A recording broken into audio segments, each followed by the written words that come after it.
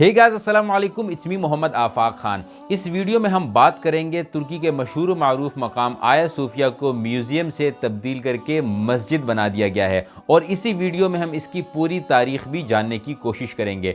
सबसे पहली बात ये कि जैसे ही ये ख़बर पूरी दुनिया में फैली कि 85 साल बाद इस म्यूज़ियम को दोबारा से मस्जिद में तब्दील कर दिया गया है, तो जहाँ एक तरफ उम्मत मुस्लिमा खुश थी, वहीं पर चंद मगरबी ममालिक और इनके देसी लिबरल्स जो कि पाकिस्तान में रहते हैं, वो बड़े नाखुश नज़र आए और ये कहा जा रहा था कि तुर्की ने ताकत का इस्तेमाल करके एक म्यूज़ियम को मस्जिद में तब्दील कर दिया है।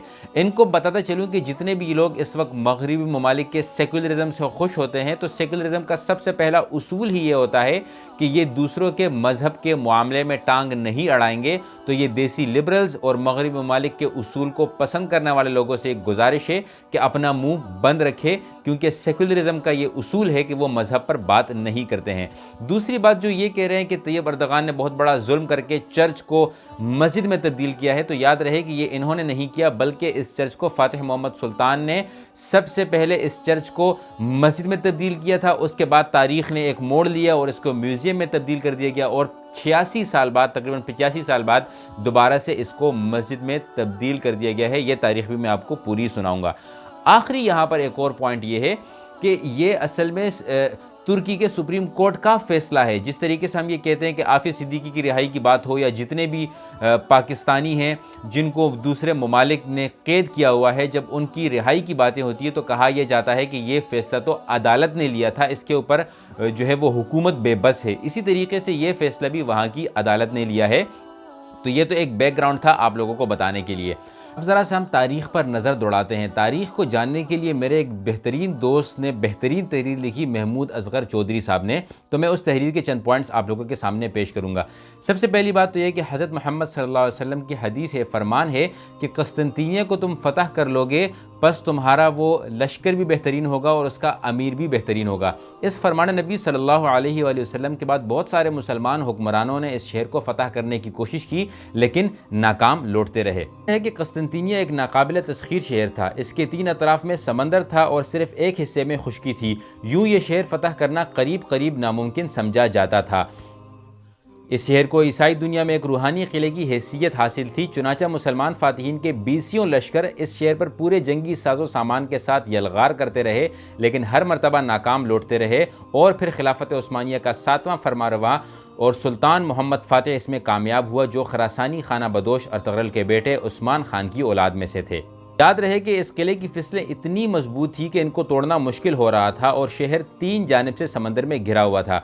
तो किले के करीब तरीन जाने के लिए ज़रूरी था कि मुसलमानों का बहरी बेड़ा करीब तरीन समंदर में जाता, लेकिन चूँकि समंदर में ईसाइयों के बहरी बेड़े मौजूद थे जिनसे जंग जीतना मुश्किल था, तो सुल्तान मोहम्मद ने वो कर दिखाया जिसका सोचना आज भी नाकाबिल अमल है। सुल्तान मोहम्मद ने अपने बहरी बेड़े को खुश्की पर चलाने का हुक्म दे दिया और 10 मील का दुश्वार गुजार चटानी रास्ता पथरीली चट्टानों पर खिंचवा कर तय करवाया और जहाज़ को किले के करीब तरीन ले आया और वहाँ से इस किले की दीवारों पर गोले दागे गए और ये मार्का फैसला कुन साबित हुआ और कस्तिनतिनिया 1453 में 2 माह के मुहासरे के बाद मुमकिन हुआ। इस मार्के में कामयाबी की वजह से सुल्तान मोहम्मद को फ़ातिह का लक़ब मिला।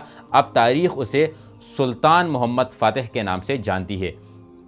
याद रहे कि जब 1453 में उस्मानी सुल्तान मोहम्मद फ़ातिह ने कस्तिनतिनिया को फ़तह किया, तो इस शहर के मजहबी रहनुमा और रासिखुल अक़ीदा ईसाइयों ने एक कलीसा में पनाह ली, जो ईसाइयों के सबसे बड़ा कलीसा था। आया सूफिया को रोमी शहनशाह जस्टिन अव्वल के अहद में सन 537 में तामीर किया गया था। ये उस वक्त दुनिया की सबसे ज़्यादा जगह रखने वाली और पहली मुकम्मल मेहराबदार छत रखने वाली जाए इबादत समझी जाती थी। ये शहर में सुल्तान मोहम्मद दाखिल हुआ तो लोग उस गिरजा में दाखिल हो गए। गिरजा की तमाम ज़मीनी और बालाई गैलरियाँ बुज़ुर्गों, औरतों और बच्चों से और पादरियों से भर गई। कलीसा के दरवाज़ों के अंदर इतना हुजूम था कि इनमें दाखिला मुमकिन ना रहा था। इसकी वजह यह भी थी कि इनके मजहबी रहनुमाओं ने अपने लोगों को एक तो हम परस्ताना बशारत ये दी हुई थी कि जब दुश्मन इसके सुतून के करीब पहुंच जाएंगे तो आसमान से एक फ़रिश्ता हाथ में तलवार लिए नाजिल होगा, लेकिन ना कोई फ़रिश्ता आसमान से नाजिल हुआ और ना रोमियों की शिकस्त फ़तह में तब्दील हुई। कलीसा में जमा ईसाइयों का हुजूम आखिर वक्त तक किसी गैबी इमदाद का इंतज़ार करता रहा।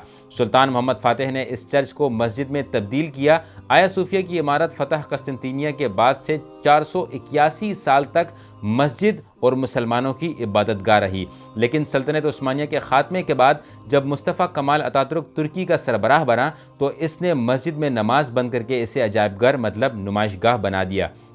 اب اس مہینے اسے دوبارہ 1953 سے قبل والی حیثیت دے دی گئی۔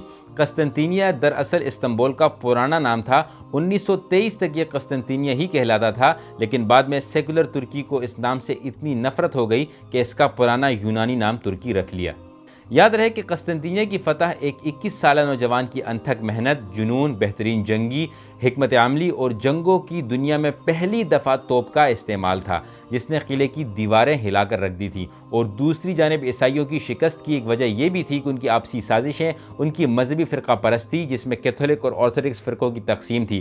قسطنطینیہ میں محصور عیسائی اسی انتظار میں تھے کہ انہیں روم کی جانب سے بحری بیڑے کی مدد پہنچے گی اور وہ سلطان محمد کو شکست دے لیں گے، لیکن ایسی کوئی مدد ان تک نہیں پہنچی۔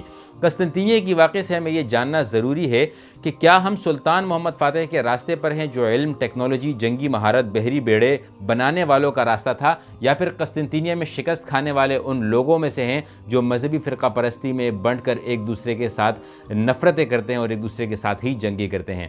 ہمیں اس واقعے سے بہت کچھ سیکھنے کو ملتا ہے۔ اگر آپ کو یہ واقعہ پسند آیا ہے، آپ کو یہ تاریخ کسی کو جانتے ہیں جن تک آپ یہ پہنچانا چاہتے ہوں، تو ضرور اس ویڈیو کو ان تک ضرور پہنچائیے گا۔ اور آخر میں اپنے دوست محمود رضا چودھری صاحب کو شکریہ ادا کروں گا کہ انہوں نے ایک بہترین تحریر لکھ کر مجھے یہ موقع دیا کہ میں آپ لوگوں تک یہ ایک بہترین تاریخ پہنچا سکوں۔ Thank you very much, take care, اللہ حافظ۔